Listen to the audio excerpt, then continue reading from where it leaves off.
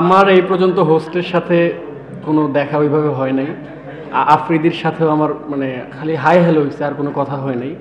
So এইটাই বাস্তব। আর আমি আসলে মনে করি না যে একটা হোস্ট কোনো প্লেয়ারকে চাঙ্গা করে। আসলে ইনজুরির পর থেকে এফোর্টটা একটু কম হচ্ছিল, যার কারণে বা একটু বডিটা আগে ফল হয়ে যাচ্ছিল। সো এইটাই আমরা প্র্যাকটিসে করতেছিলাম তার জন্য। না, আল্লাহ যখন যেটা রিজিকের লিখে রাখছে সেটাই হবে। সো আগে পরে সেটা বিষয় না, জানি না, বাট আফসোস নাই। আল্লাহ হয়তো ভালো কিছু কপালে লিখে রাখছে ইনশাআল্লাহ। টিম যেমনই হোক, প্রতিটা টিমই ভাবে যে আমরা সুপার 4-এ খেলবো। সো আমাদের ওই আত্মবিশ্বাস ছিল। সো আমরা আলহামদুলিল্লাহ সবাই ভালো খেলতেছে। একদিন হয়তো ব্যাটসম্যানরা বেশি ভালো খেলতেছে, একদিন হয়তো বোলাররা কিছু তাড়াতাড়ি অল আউট করে দিচ্ছে। সো এটা ভালো দিক। সো ইনশাল্লাহ আমার মনে হয় যে আমরা এইভাবে খেলতে থাকলে হয়তো নম্বর দিয়ে যেতে পারবো। না না, আলহামদুলিল্লাহ খারাপ লাগতেছে না। আমি আলহামদুলিল্লাহ অনেক খুশি। সো আল্লাহ যেটা কপালে রাখছে সেটাই হবে। আল্লাহর উপরে অনেক ভরসা আছে। সো হ্যাপি আছি।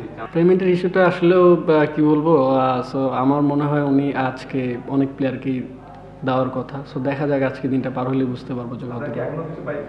হ্যাঁ, আমি টুর্নামেন্টের শুরুর আগেই আলহামদুলিল্লাহ পাইছি।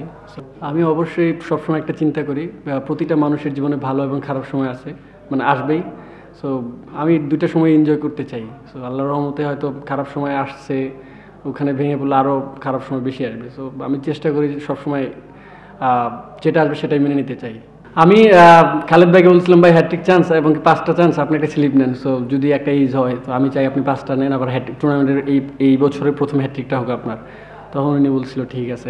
সাথে মিথুন ভাইও অ্যাগ্রি করছিল যে স্লিপটা নেওয়াতে। আমার থেকে মনে হয় যে খালেদ ভাই যদি ওই ওভারে খেলাটা শেষ করতে তো আলহামদুলিল্লাহ খুব ভালো হতো, কারণ উনি টুর্নামেন্টের পুরো টুর্নামেন্টটা খুব ভালো বোলিং করতেছে। কেউ না বুঝলেও আমরা আপনার প্রয়োজন বুঝি, আর তাই তো অত্যাধুনিক ফিচার সম্বলিত বিভিন্ন সাইজ আর কালারের 250-টিরও বেশি ডিজাইন অপশন নিয়ে ওয়ালটন স্মার্ট ফ্রিজ বোঝে আপনার প্রয়োজন।